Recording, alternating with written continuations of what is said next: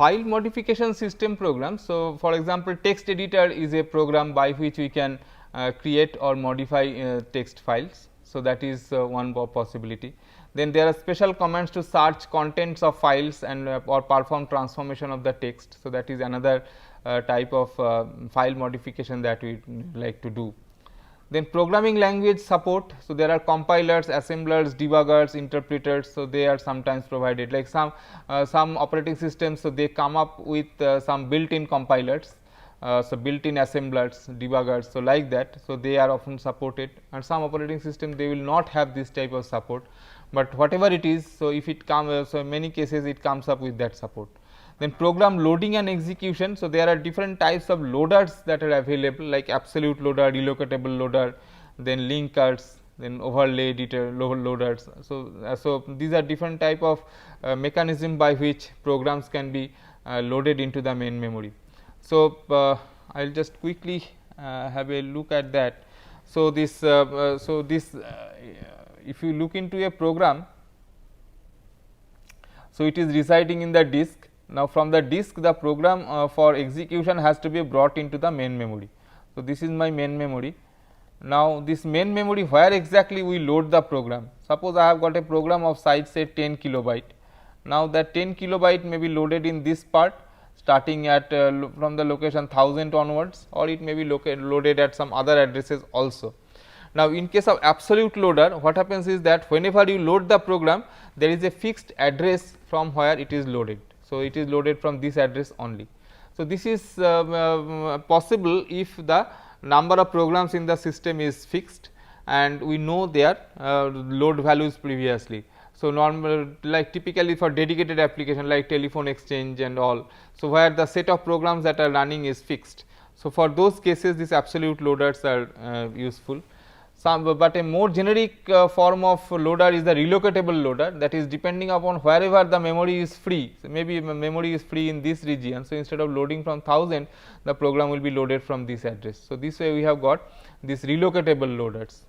So, these are their absolute loaders, relocatable loaders. Then there are linkage editor or linker. So, that actually combines a number of different executable modules. So, that the object modules to get one executable module. So, maybe the same part of the say the parts of applications are developed by different users. So, they write their different modules, and all these modules need to be combined together to get the final executable version. So, that is done by this linkage editor.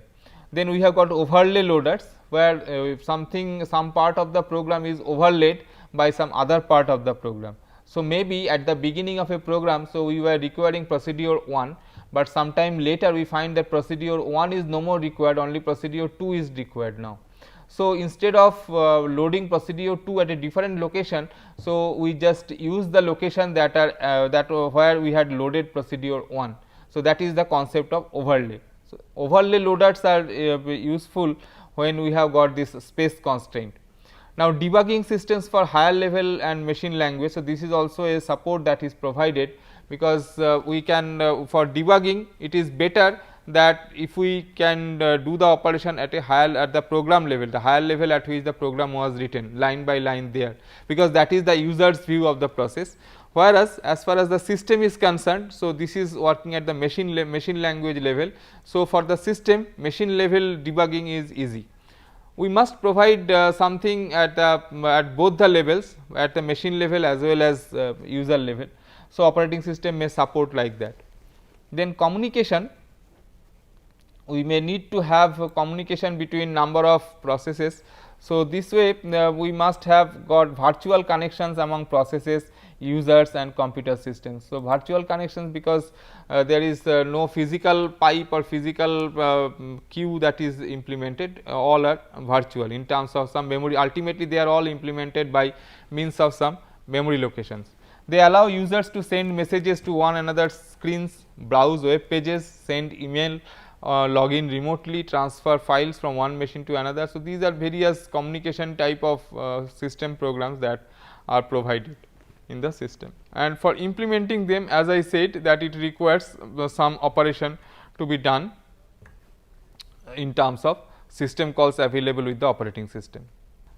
For background services, So, maybe some of the services are to be launched at boot time, like system startup and then terminate, and then some from system boot to shutdown, like we may like to have both of these type of services available. Some services they will be invoked at the startup time, and then maybe when the system is getting up and when the system is getting down, like that. And then something that runs for the entire time period of the system, like whenever the system boots, the process comes up or the service comes up, like provide facilities like disk checking, process scheduling, error logging, printing. So, these are the different background services that goes on. So, as an user of the system, so we do not see those services, but those services are going on. Run in user context and not kernel context. So, they are user level programs. So, though so you can say in some sense that they are low priority user processes. So, they are running at the background, gathering its information, some related information which will be used by the system administrator later for improving the performance of the system or making a better usage of the system resources. But we can, so they are, but they are not kernel process, they are system mode process only. So, they are known as services, subsystems or daemons. So, if you are familiar with say Linux or Unix operating system, so you will see that there are a large number of daemons that are running. So, these daemons are nothing but these background services. Then we have got application programs, they do not pertain to system, they are run by users and not typically considered part of OS. So, so they are actually the, for example, finding roots of a quadratic equation when you write the program. So, that is application program that is running. So, or some database that is running. So, that is also an application program that is running. So, they are launched by command line, mouse click or finger poke. So, whatever we do, so on a command line interface we give a command for execution. On a graphical user interface we give a mouse click for invoking the program, or if it is say a touch screen, so we can use our finger to start some service. Operating system design and implementation. So, design and implementation of OS is not solvable, but some approaches have proven successful. So, it is not that we can you can always ensure that my OS design will be the most efficient one that is possible, because many of the problems that we have in the domain of operating system, so they belong to the NP hard problems. So, they cannot be solved so easily, but the approaches they will try to make it more successful. So, internal structure of different operating system can vary widely, because they are designed by different groups, and one group will not divulge the design to another group. So, as a result, each group is trying in an independent fashion and they come up with different structures for the operating systems. Start the design by defining goals and specifications. So, we tell what we want to achieve, and then we want to go step by step refining the system and going to the actual implementation. They are affected by the choice of hardware, type of system, batch, time sharing, single user, multi user, distributed, real time, etc. So, on which hardware platform we are going to implement. So, that a particular hardware will provide us certain features. So, like previously when this microprocessors or and microcontrollers were being developed. So, people were looking for only higher and higher speed like that. But after that people understood that okay, it is not sufficient to have the raw speed there, the operating system must be able to take help from those piece of hardware, those facilities that we are providing. So, after that they started integrating several operating system related modules like the memory management unit, then the security things. So, they are getting introduced into the architecture itself or the hardware of the processor itself. So, it is so the OS design is also getting affected by the availability of those choices in the hardware. So, which hardware we are using, accordingly certain style of design will be followed. Also, the type of the system that we want to design, whether it is a batch system or it is a time sharing system, it is a single user or multi user distributed system, whether it is a real time system or not. So, that way there are several design issues that will come up, and that will determine what is the what should be the design paradigm. Two groups in terms of defining goals. One is the user goals. User goals, normally they say that it should be convenient to use, easy to learn, reliable, safe and fast. A basic obstacle in going to a new operating system is that we do not know the commands there.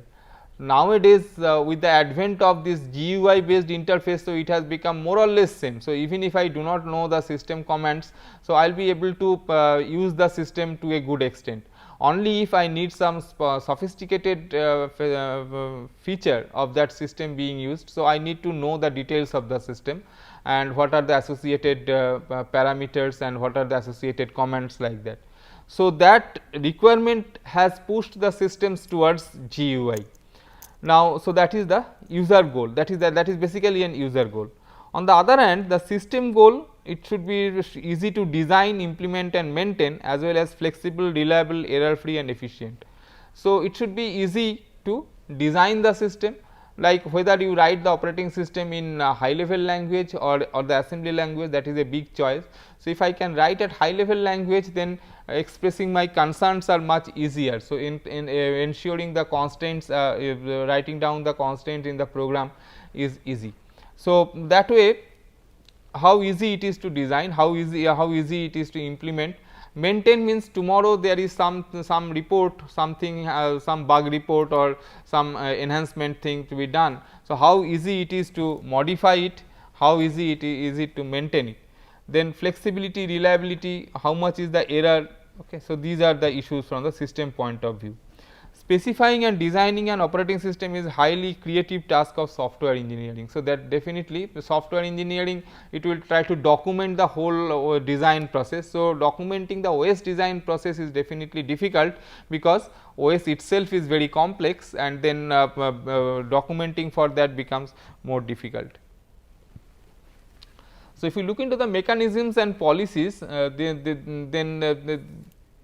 the important principle to separate, like policy means what to be done and mechanism is how to do it. So, policy and mechanism, policy wise we may adopt something, but when we come to the mechanism, so it may or may not be easy to do it.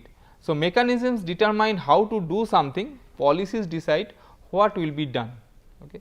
The separation of policy from mechanism is a very important principle. It allows maximum flexibility if policy decisions are to be changed later. For example, the timer. So, it may so happen that we may want to introduce more accurate timers. So, that is the policy decision.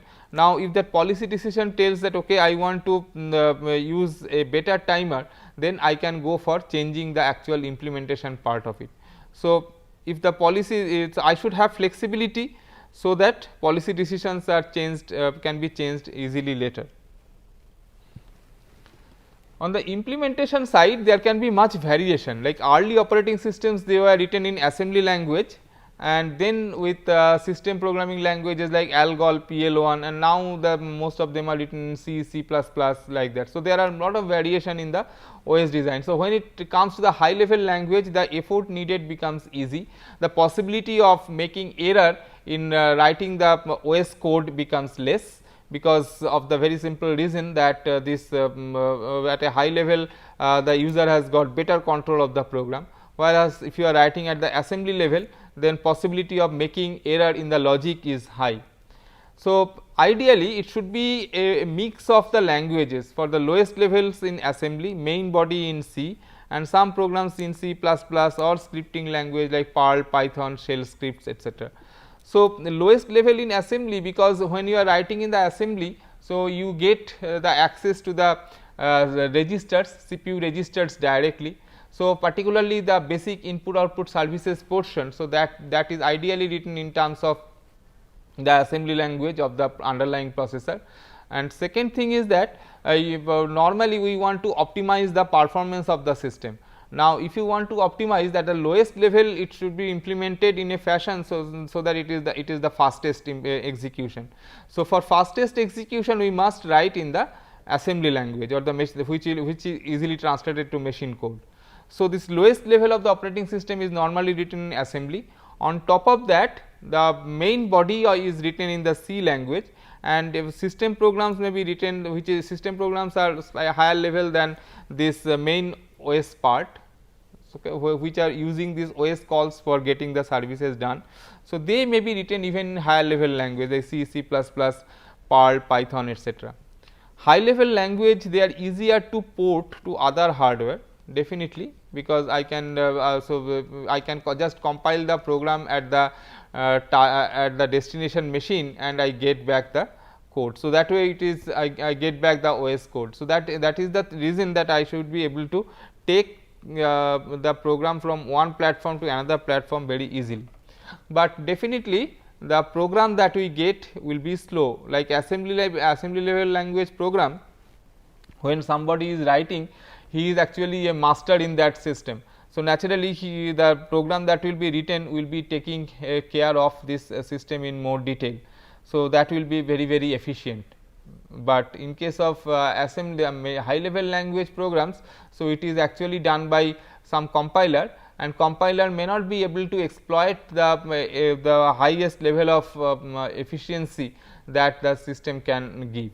So, that way we have got flexibility as well as difficulty in using high level and machine level code. We can have emulation that can allow an OS to run on a non native hardware. So, emulation means like this, like if you have say if you have a computer system, so that has got say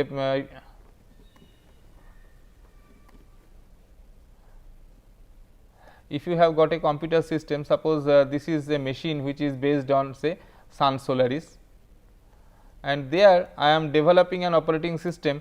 So, that will ultimately run in say I am developing an operating system for say Linux, some version of Linux I am modifying. Now, you see that for running this Linux, here I have got some native platform. So, on this may be running on some hardware, say it may be some Pentium processor onto which it is running.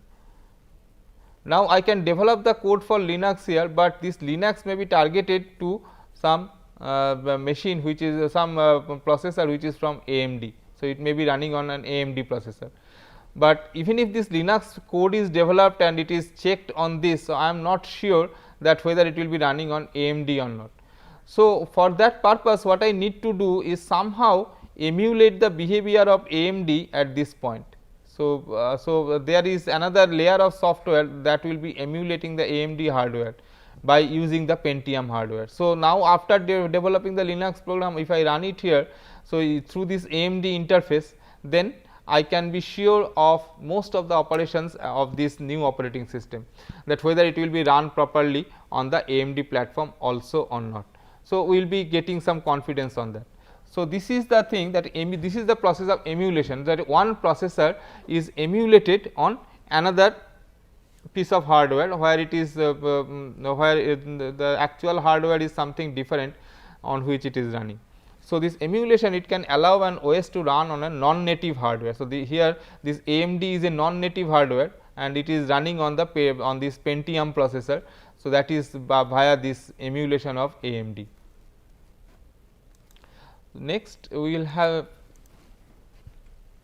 so there are various ways to structure an operating system, like we can have monolithic structure, we can have layered structure, we can have microkernel based structure.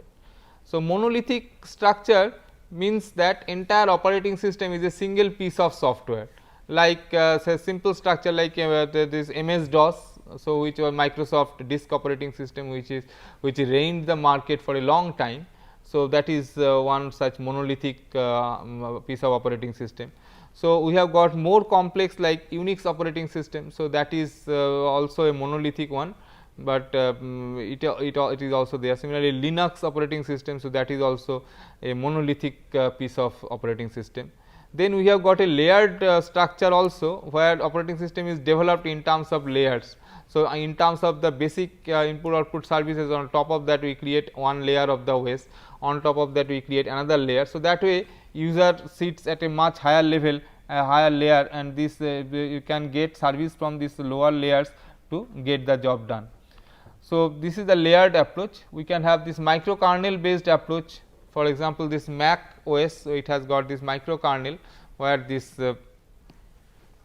kernel functions will be utilized for getting the operations done. So, looking into MS-DOS, so MS-DOS written to provide the most functionality in the least amount of space.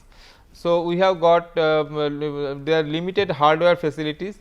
So, not divided into modules, and it has some structure, its interface and levels of functionality are not well separated. So, we have got this at the lowest level, we have got these ROM BIOS device drivers that can talk to the devices through these basic input output services.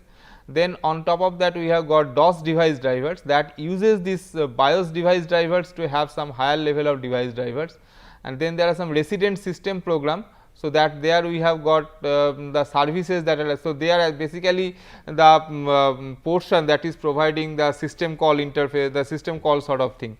So, they are the any application program running. So, it will be using this resident system program for executing this for taking help of this MS-DOS device drivers and BIOS device drivers for getting the job by the underlying hardware. Then in the Unix operating system, the original Unix operating system had limited structuring and was limited by hardware functionality. The Unix OS, it consists of two separable parts, one is the system programs and another is the kernel. So, system programs, the system programs we have seen like in the /bin directory there are lots of such programs, and they are actually the commands that the Unix will support. And the kernel part, so kernel part it consists of everything below the system call interface and above the physical hardware. So, it provides the file system, CPU scheduling, memory management. So, all those functions which are critical for the operating system, so they are put into the kernel. So, whenever we need to get a service from the system, so we have to make a system call or take help of some system program which in turn takes help of system call. So, ultimately all of them boil down to system calls, and those system calls they will be executed and they gives us the service. So, traditional Unix structure is like this. So, we have got terminal controller, they controller for terminals. We have got device controllers for disks and tapes. We have got memory controllers for physical memory. So, this is the lowest level. Then on top of that we have got the kernel level. So, kernel level it has got this kernel interface to the hardware. So, here we are having the device driver interfaces. So, each of these device classes they will have their drivers, and this kernel will be invoking those device drivers to get the job done by individual devices. Then we have got this system call interface to the kernel, and in the kernel we have got several types of functions like signals terminal handling, character IO system terminal and terminal drivers. So, these are the different type of facilities that are provided for the terminal. So, it will be having routines for how to handle the terminal, how to send a stream of characters to the terminal, and how to get a stream of characters from the terminal. So, like that both input and output. Similarly, for file system, so we have got the calls by which we can get the disk and data from disk and tape. So, they will have the disk and tape drivers which will be doing those operations. And similarly for the CPU scheduling part, then this memory interface like page replacement, demand paging, virtual memory. So, they are all provided by again by a set of kernel services. So, from the user level there will be system call interface that will take it to the kernel mode, and in the kernel mode it will be doing all those operations. So, users when they are sitting at this level, so users can either give calls can make this shell commands, give the shell commands which will ultimately translate to system call for the system. So, that is one possibility. Other possibility is that the users can use the compilers and interpreters to compile their program written in high level language to some application program, and that application program may be given for running. And when this application program is running, it may in turn give rise to number of system calls, and those system calls will be executed by the kernel. So, this way traditional Unix operating system, so they follow the structure. On the other hand, this Linux system, so they actually have got almost similar structure. At the lowest level we have got the hardware, on top of that we have got device drivers, devices are broadly divided into block devices and character devices. Block devices, they are actually the devices where like the tape, disc, etc., where we are talking in terms of blocks. That is, we do not do single character data transfer, it is in terms of blocks of 1024 bytes or 4096 bytes, like that. And character devices are like the display, then your keyboard, like that. So, they are characters, the transfers are in terms of characters. So, we have got character device handlers, we have got block device handlers. We are the memory manager is there, which will be handling the memory memory allocation and deallocation part. Then we have got this network manager. So, that will be TCP, that will follow this TCP IP protocol for this file transfer, data transfer, etc. So, we have got file systems related modules, so which will be doing this, which will be implementing file system in terms of creating new file, opening file, etc. Then the CPU scheduler, which will be determining like which job will be or which process will be getting the CPU next for execution. So, that is by CPU scheduler. So, at the top level we have got the applications, and this we have there is a standard C library is a part of this Linux operating system. And then this Linux operating system, so if a application is running, so whenever it needs a service from the system, so it will be making this system, it will be going through this system called interface, and from there it will be coming to this kernel mode, where it will be doing this different operation whichever is requested for. So, modularity, if we look into the monolithic approach, results in a situation where changes to one part of the system can have wide ranging effects on other parts. So, since whole thing is monolithic, so if you change somewhere, so maybe as a cascaded effect, so you need to change at many places. So, that is the problem.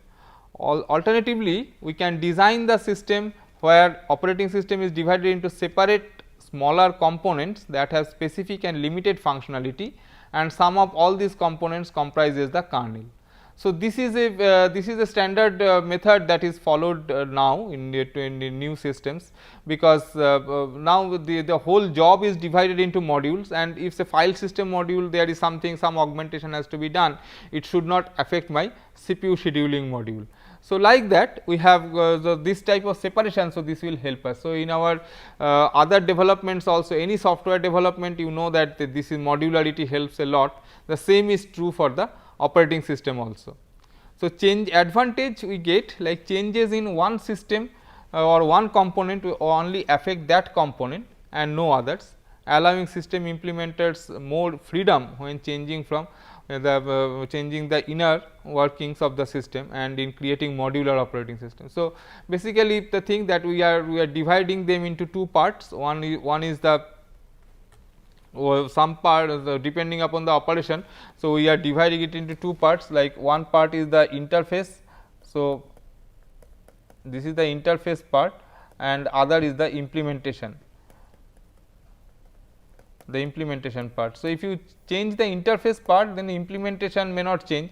Similarly, you may change the implementation part keeping the interface fixed. So, that is one thing that we have, that is one advantage of modularity. Second thing is that there are different modules in my system. So, if this module is undergoing some change, so the other modules they need not change. So, they remain as it is. So, this way this modularity helps us. So, instead of having monolithic piece of operating system, so this later developments, so they are making it distributed thing, like they are making it divided into a number of modules. So, the job is distributed among a number of modules, and the different set of developers can work on different modules. Many of the operating systems today, the development is contributed by groups spread over all over the world. So, if some group is concentrating only on the file management portion, so they need not be bothered about the CPU scheduling part, and that way if some augmentation is done in the file management portion, so that can be easily integrated with the existing system. So, that is a way this operating system design is now growing. So, this modularity is very important there. So, we will continue with this in the next class.